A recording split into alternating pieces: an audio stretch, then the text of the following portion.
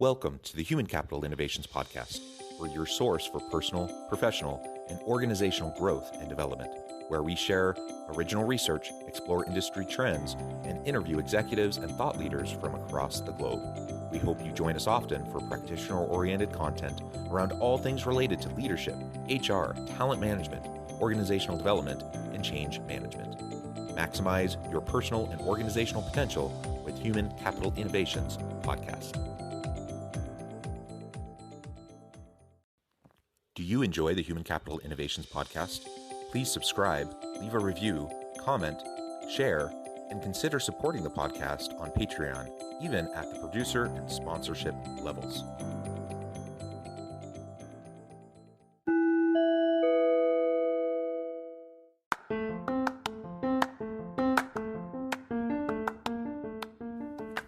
Welcome to the Human Capital Innovations Podcast. In this HCI podcast episode, I talk about authentic goals versus adopted goals.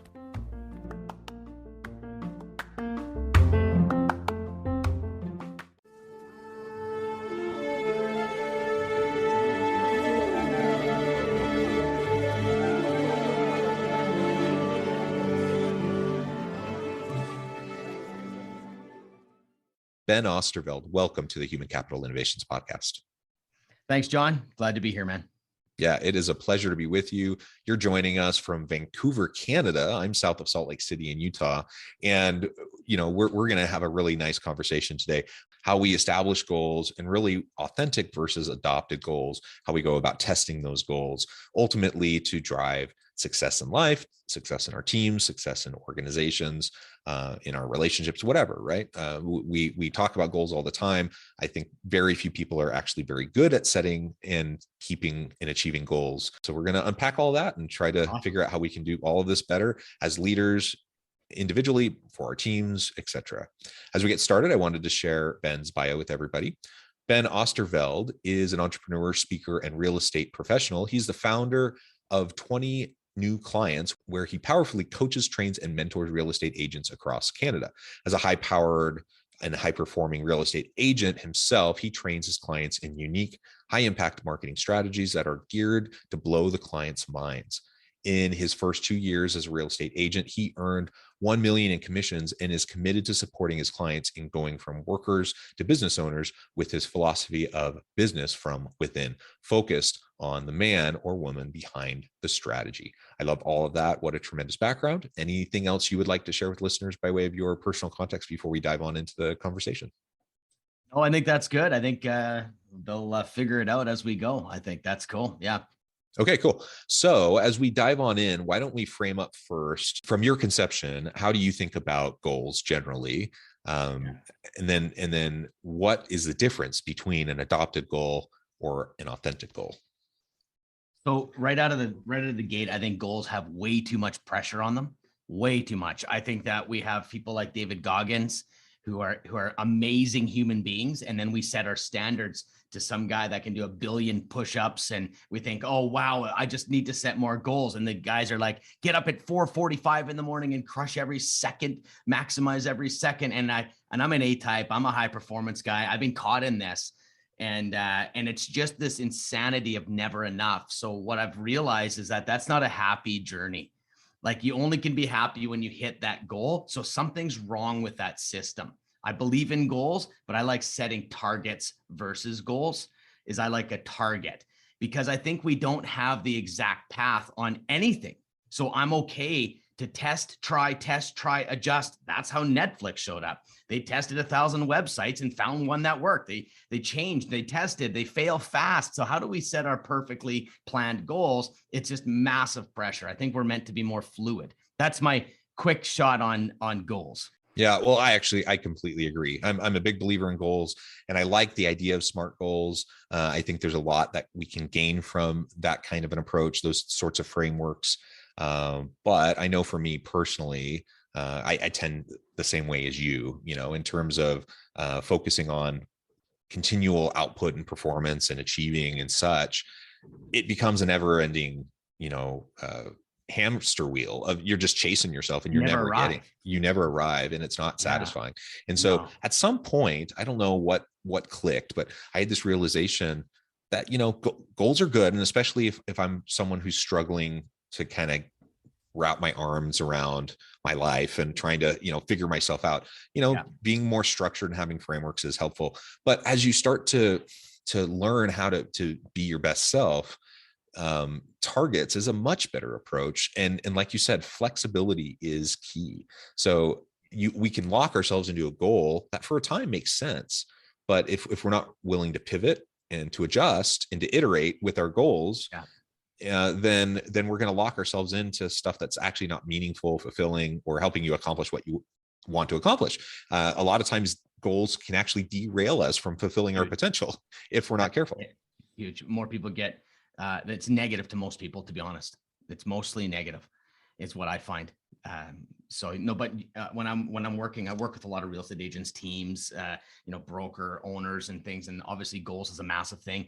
I find it really funny, John, that every single January, you see every single company in my world that's brokerages, right? These are like the Remaxes, the Royal LePage, EXPs, all these guys, they have one topic. Let's set our goals. And it's almost like they don't even think about it. They just, and here's how we do it. How much money do you want to make? And let's break it down. So in 12 months, what activities do you need to do? What activities daily do you need to do? And let's measure these out. But you know what's funny? You go take these seminars, right? And they're good, but there's a huge flaw, a huge mother freaking flaw. They don't actually challenge how much money do you want to make? Why? Why the frick do you need $1 million? So when I sit with someone and they're like, Ben, I need some help. I'm like, yeah, no problem. I said, but I only work with people willing to look at the inner game. I literally won't work with anybody else, to be honest, because it's a waste of time. But the thing is, when you're setting a goal, I say, why do you need 50 transactions? Why do you need to have this level of income? And they usually have a dumb looking face at that point. Like, because they haven't even asked themselves, what do I want?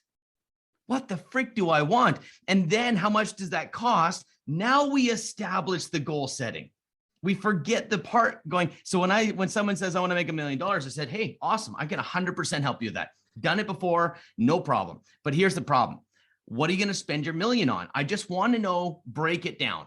And I challenge the crap out of their goals, because then they're like, oh, I said, what is the life that you want? And usually it's $250,000. Okay. Usually 200 to 300 grand gets these people the exact life. So they spend how many years chasing the million and they don't get what they want at the end. And then they die. Not cool. Not cool. So we need to challenge that.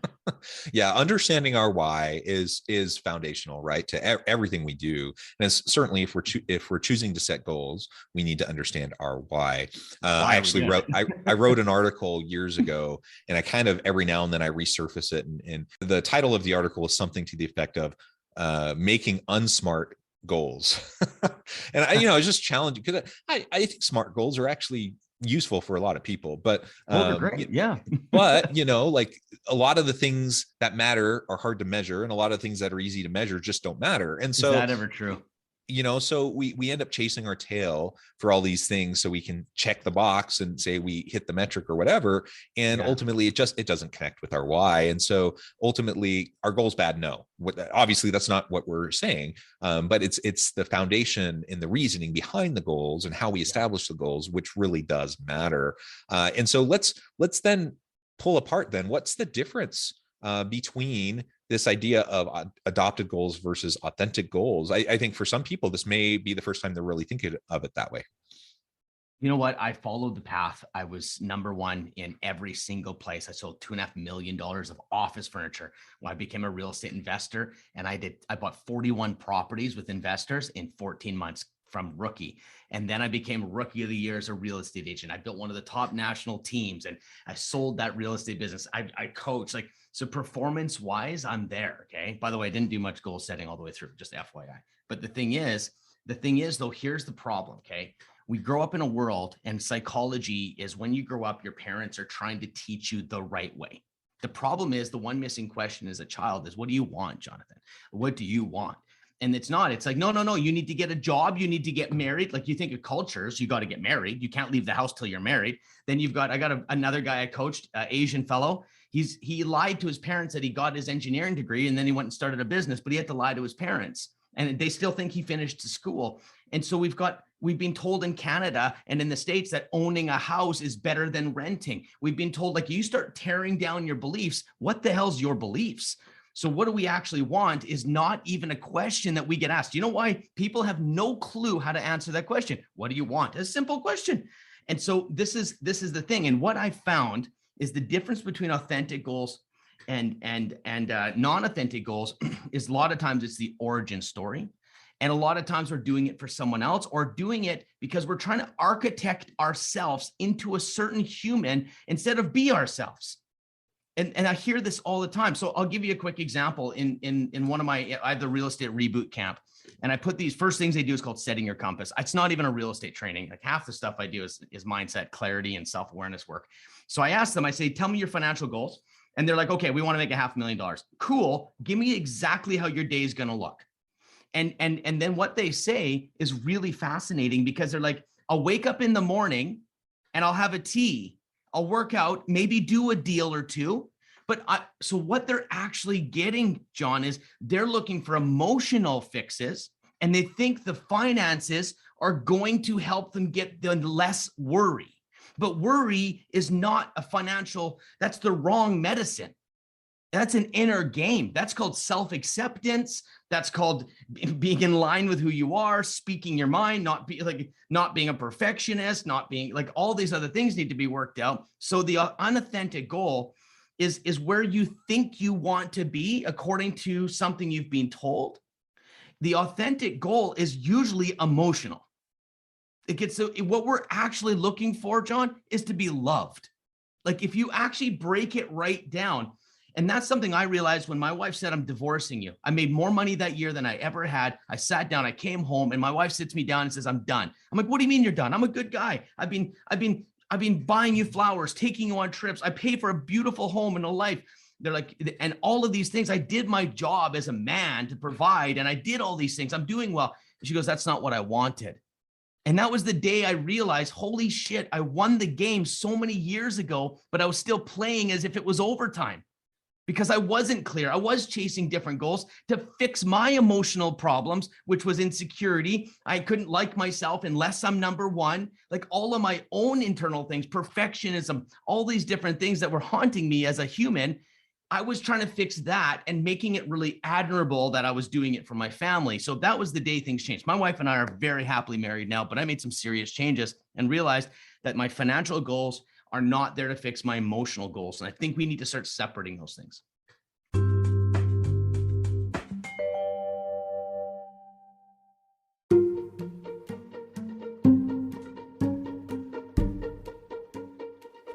Welcome to the Human Capital Innovations Academy. Courses, micro-credentials, and certificates to upskill and reskill for the future of work. All HCI Academy courses, micro-credentials, and certificates are designed, developed, and delivered by award-winning and internationally renowned scholars, educators, thought leaders, executives, and practitioners. Our courses, micro-credentials, and certificates will help you make your mark on the future of work and make an immediate impact in your organizations. Check out the HCI Academy and our many course offerings and certificates to upskill and reskill for the future of work.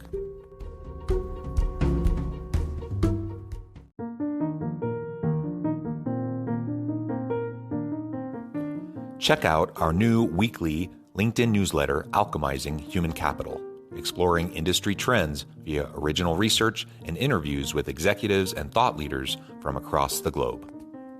We look forward to having you join us.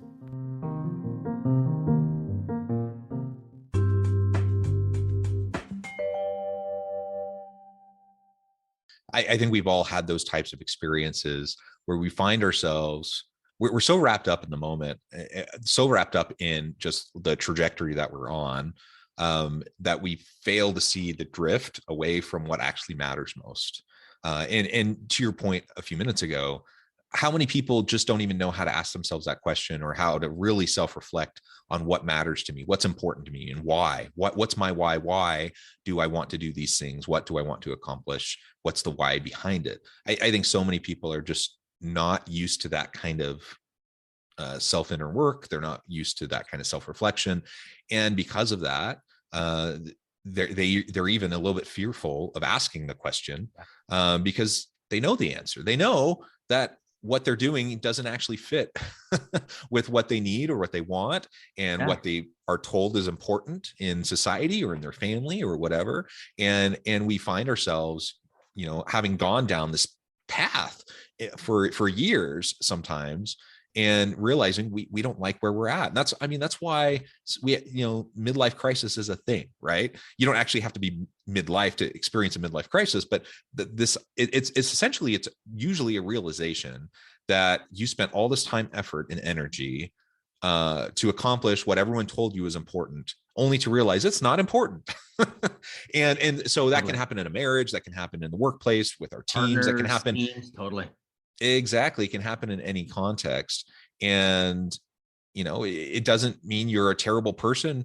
It just means you're human, and you fell into the trap that so many other people fall into. So the question is, like, how do we get out of that trap? How do we get out of the hamster wheel, the grind, the daily busyness, and trying to deal with our insecurities, to feel important, to feel valued by those around us, by constantly trying to achieve and tick the box and get the next gold star? There's nothing wrong with that. There's nothing wrong with achieving.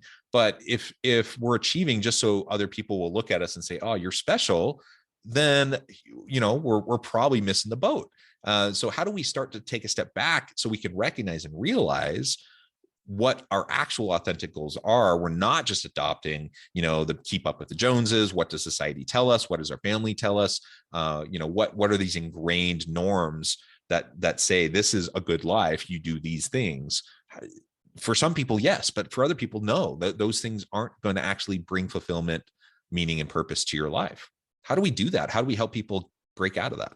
I think it's an emotional conversation. And I think one of the biggest tragedies in this world, and self-sabotages that hurt teams and retention and all these things, is that we don't understand how to feel bad. Okay. So this is emotional intelligence. When you feel bad, you avoid it. You run away from it. If you're angry, you're told as a kid, don't be angry. When you're sad, stop crying. We are so fucked up when it comes to the emotional intelligence on who we are. Wait, I'm not allowed to effing cry as a child? No, it's okay. I blew on your knee that you scraped. You're fine now. Be strong. This message is so deeply ingrained that we're not allowed to feel sad, feel depressed, feel angry. I think our emotional intelligence is all around happiness. And so what we do is we try to make decisions. And the thing is, if it's going to make us feel bad, then we don't do it. And these are major problems. So emotional intelligence has to be number one. The next thing is test your goals. I'll give you one after this as well. So a guy named Coke and I coached, his dream when he started with me goes, this is crazy. I'm sure you hear it with the executives that you speak to and stuff too. So I want to live 6 months of the year in a different country and all this. I don't even know if that's even your goals. It's like, that's what they want. They have this idea and it sounds amazing. And I asked him, I said, okay, cool. My coaching says, how are you going to do it this second?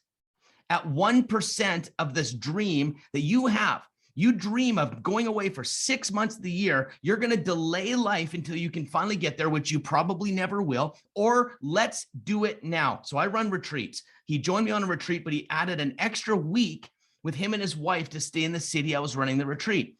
Next coaching call, we jump on the coaching call and he says, I just realized, man, I don't want to be away from home that long. If he didn't test it at a 1% of his goal, he would have been chasing the goal that wasn't his. So it's not even it's just the idea of it sounds so good. It sounds so good. And so we need to test these goals. And so this is one of the biggest things, is to see, is it even something? And then the third thing I'll just say, there's a guy that I coach, he owns a Royal LePage, very successful man, has a team, he's an executive.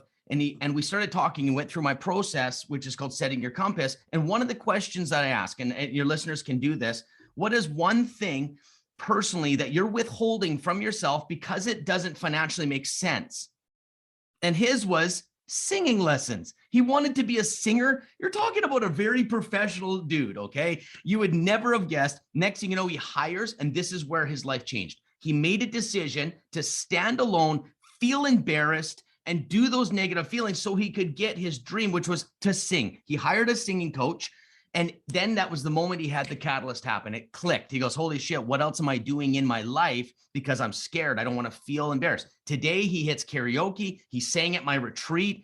Now, he lives 3 months of the year at his cabin now. His team has a deeper connection with him because he was not authentic to who he was. And when you're not authentic to who you are, you're hiding a piece of you. When you hide a piece of you, you're going to be misunderstood as not trustworthy because there's something you're hiding. He was hiding that he wanted to sing. But people misunderstand that and they can't connect with him. This thing is changing his entire life. So testing goals, and then also where are you withholding something that's personal, whether it's freaking playing, a sport, whether it's dancing, it's usually something in a creative element that doesn't make sense logically to your goals, but it becomes your fuel. I really like that, the fuel component, because do we sometimes have to do jobs that don't drive huge levels of meaning and fulfillment in our life? Yeah, I mean, you pay the Like bills, yeah, well, certainly Yeah. there's tasks like the chores around the house. I hate doing yard work. I like having a nice yard. I hate doing yard work. Yeah, I got you. But even at work, I'm a proponent of chase your dreams and try to do work that's meaningful and fulfilling to you. But we still do stuff in our jobs. Even if we love our job, there's stuff that we have to do that sucks, that nobody likes to do. And there's no shame in doing a job that you don't actually really like because you're trying to put food on the table, pay your rent, take care of your family. There's honor in that. And sometimes we're not in a life situation where we can chase a dream. And so I can honor that and I can recognize that as well. It's not about all of that, though. What you said, chasing your fuel, getting the fuel to drive you. I may not find huge amounts of meaning and purpose and fulfillment in my job. Maybe it's life stage. Maybe it's I'm still getting my education or training to be able to do what I want to do. And in the meantime, I'm doing this work. Whatever it is, whatever the situation is, you can find ways to be fueled. That learn an instrument, learn to sing, go, exercise, and there's all sorts of ways that we can refuel ourselves. We need to learn how to tap into that. And I really like the testing the goal suggestion, because with your example of the gentleman who wanted to travel 6 months out of the year, where did he get that idea that would be amazing? I mean, he probably saw a movie or he read an article. Exactly. And he's like, someone else did this and it was amazing for them. So they were successful. So now I'm going to try to do the same thing. And then everyone's going to think I'm amazing and I'm successful. and you go and travel for a week and you realize you don't want to travel that much. Yeah. It's incredible. It's just an illustration of how many people are chasing the completely wrong thing. And you spin your wheels endlessly to try to find meaning and fulfillment down a path that's never going to bring you meaning and fulfillment. So as a leader, certainly I need to do this inner work myself so I can understand where I stand. And I need to do this inner work so I can model for my people that it's important for them to do it as well. Articulate and identify the fact that if we're not authentic, we're not going to be able to develop meaningful relationships of mutual accountability and trust with our people because we're not being authentic. And everything about effective leadership and running an effective team is built upon trust. If we can't trust ourselves, how are our people going to trust us? Right. And so I don't know, there's so much there we can unpack further. If you think about teams, if you think about someone's running a team, and what if we said culturally, if you're working in my business, we want you to know exactly what your dream is. But what we want to do is get you to 1% of your dream. If that's part of your conversation, let's think about that. You're running a team meeting. What is your dream? Instead of saying we have, settling on, we have jobs we don't want to do because it's a ways to a means, like working out, you hurt your muscles and you grow. Like, it's very good. But what if we just said you can have your dream, but you can have it at 1% right now? So instead of saying, hey, deal with it or it's going to suck, I'd say, no, you can have your dream today. What's 1% version of your dream? And as leaders and as CEOs, as COOs, as as owners of brokerages, why are we not committing our vision and culture to helping them get to 1% of their dream? You want to see what retention looks like? You get me to my dream, John. Me and you were buddies for a long time, but you can't get me to my big dream, but you can help me at my 1% dream. And you can facilitate as a leader in a team in your culture. It's like part of the culture. What's your 1% of your dream board? Let's get it this year. Oh, you want to take holidays? Great. Let's go. Let's get you booked away for a night at a hotel. As an owner, you can target what they want and get them to their dream, but only 1% is really doable. Changes your culture, changes the thinking, and you'll actually have motivation, and you'll be fueling your teams and your staff. But just focus on 1% and live the dream today. Don't delay.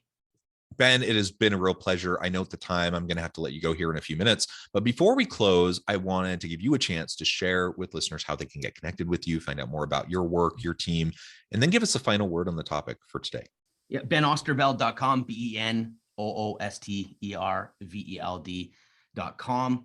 That you'll find a real estate training program that is completely mindset, business systems focused. Everything in business is all about sales and getting more clients. And I think that's overbuilt. I think we don't understand how to keep our clients for 20 years. And that takes emotional development mindset and amazing systems. That's my program. It's called the Real Estate Reboot Camp. Now, if your audience, if they're not real estate agents, I run mindset retreats. So if there's a team, or if there's someone that wants to bring their team, I go 3 days and we go deep dive into who you are, what you want, and how the heck you're getting in your own way. And that's on the website as well. Next one's coming up is in the fall, but I'll be doing one of those a year, maybe 10 or 15 people. That's a passion project for me. It's what we do. So that's a place. Also, I have a book coming out. It's called The Richest Real Estate Agent: How to Build a 7-Figure Business Without Sacrificing Relationships. That's going to be, you can get on my waiting list on my website. And I also have the podcast, The Richest Real Estate Agent. And that's where it's mindset first real estate coaching. Wonderful. Thank you, Ben. It has been a real pleasure. I encourage listeners to reach out, get connected, check out the podcast, check out the book, the retreat, all of the great things that Ben and his team are doing. And as always, I hope everyone can stay healthy and safe, that you can find meaning and purpose at work each and every day. And I hope you all have a great week.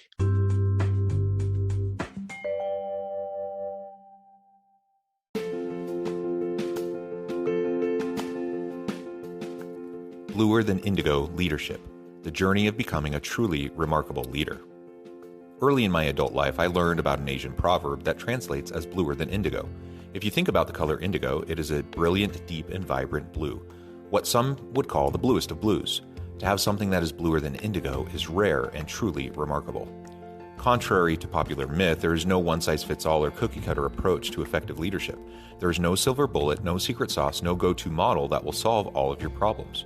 The truth is, great leaders have all had their unique strengths and flaws, and have all had to discover and then pave their own distinctive path in their life's journey to fulfill their leadership potential. Bluer Than Indigo Leadership will help you discover your own path and explore those ordinary, everyday actions that will help you respond to an uncertain future and produce extraordinary results for your individuals, teams, and organizations.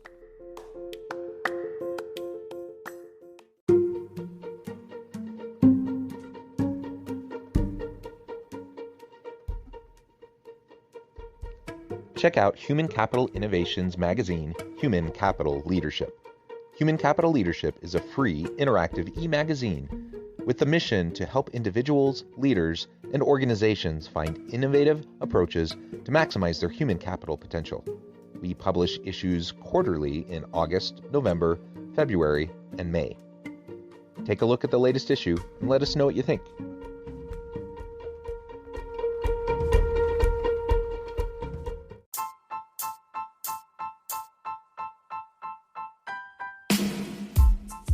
The Alchemy of Truly Remarkable Leadership: Ordinary, everyday actions that produce extraordinary results.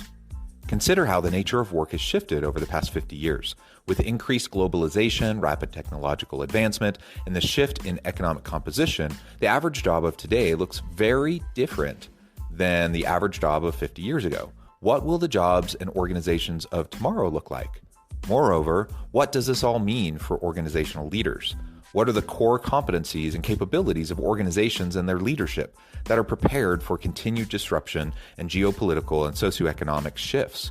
Regardless of what the future holds, increasingly, leaders need to be socially minded, data-driven, decisive, champions of talent, and disruptors of the traditional notions of leadership, teams, organizations, and work. The alchemy of truly remarkable leadership will help you to explore your own leadership competencies and capabilities and consider ways to apply and implement them into your workplace and personal life.